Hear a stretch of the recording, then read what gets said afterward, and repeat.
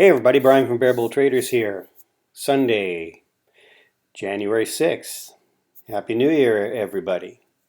So I hope everyone had a good holiday season. We went out of the year in the markets, or we had our first week in the markets, had a bit of a rally there, and Friday, big day on Friday, Dow up 750 almost, NASDAQ up 4.25%. Big rally day on some news that came out. Had to do with Powell kind of maybe sounding a little more dovish on interest rates hikes and Fed sheet balance reduction timing.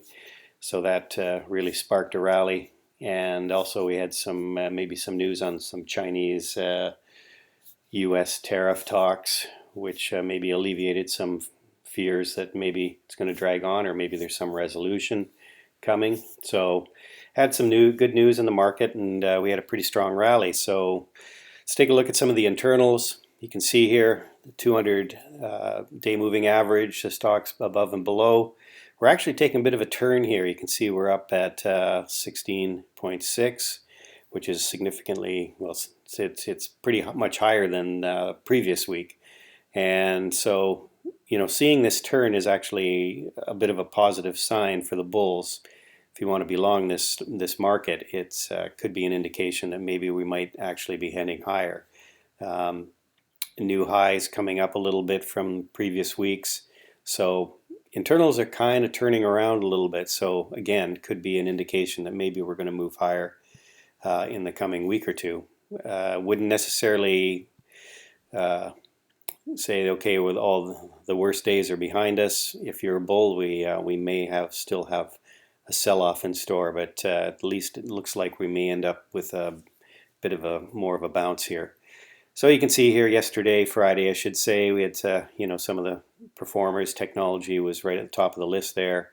Basic materials and services. And you can see here for the week, again, basic materials, services, all doing well.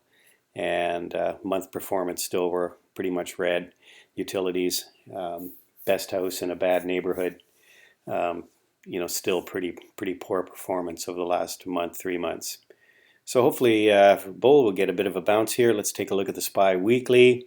You can see here actually we've had the last 3 weeks have actually been green weeks. We've started on a low and ended higher. It's easy for you to say.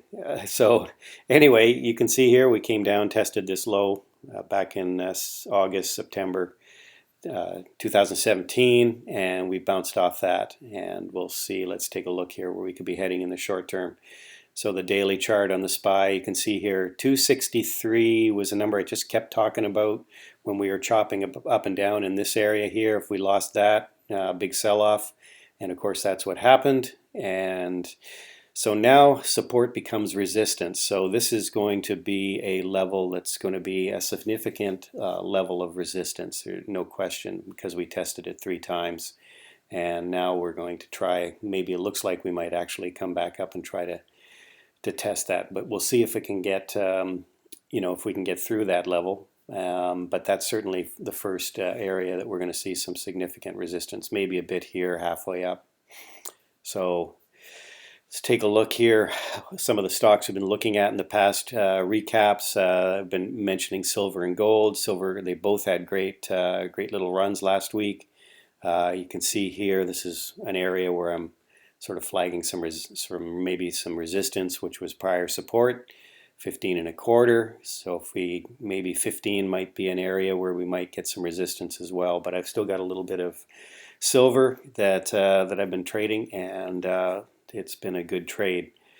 Gold also mentioned. Gold was another, along the same line. Silver is sort of the poor man's gold, but gold did well as also. Again, I think was a bit of a safety trade. People were looking for safe havens. They look to gold typically. Also, the U.S. dollar has been rolling over a little bit, been getting a bit weaker, and so therefore, when the U.S. dollar gets weaker, some of these metals and other commodities tend to get a little bit stronger. So things like the metals like gold and silver, and then energy will tend to get a little bit stronger.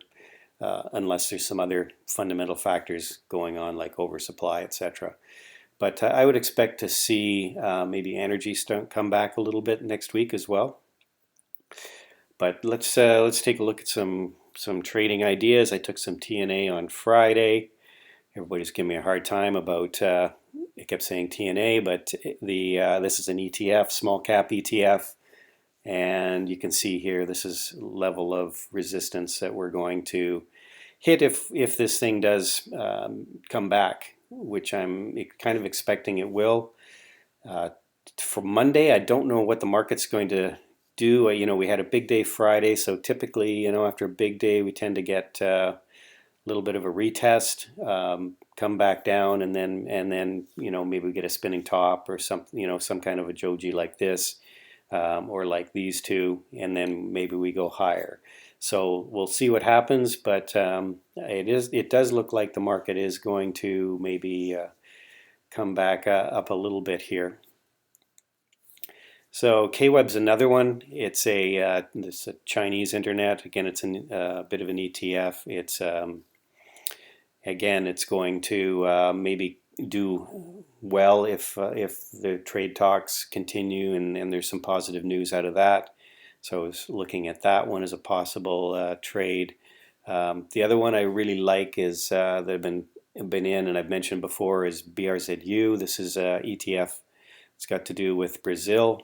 Brazil's been performing pretty well here, and it's up. So I'm looking at resistance levels here, these two, but I got a bit more of a run to go on that one.